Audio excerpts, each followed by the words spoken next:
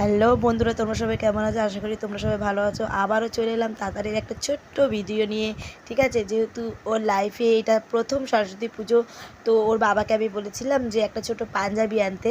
তো বাসন্তী কালারের বলেছিলাম, তো ওর বাবা বাসন্তী কালারটা পায়নি, তো লাল কালারটাই এনেছে। তো আমি লাল কালারটা পরিয়ে দেবো।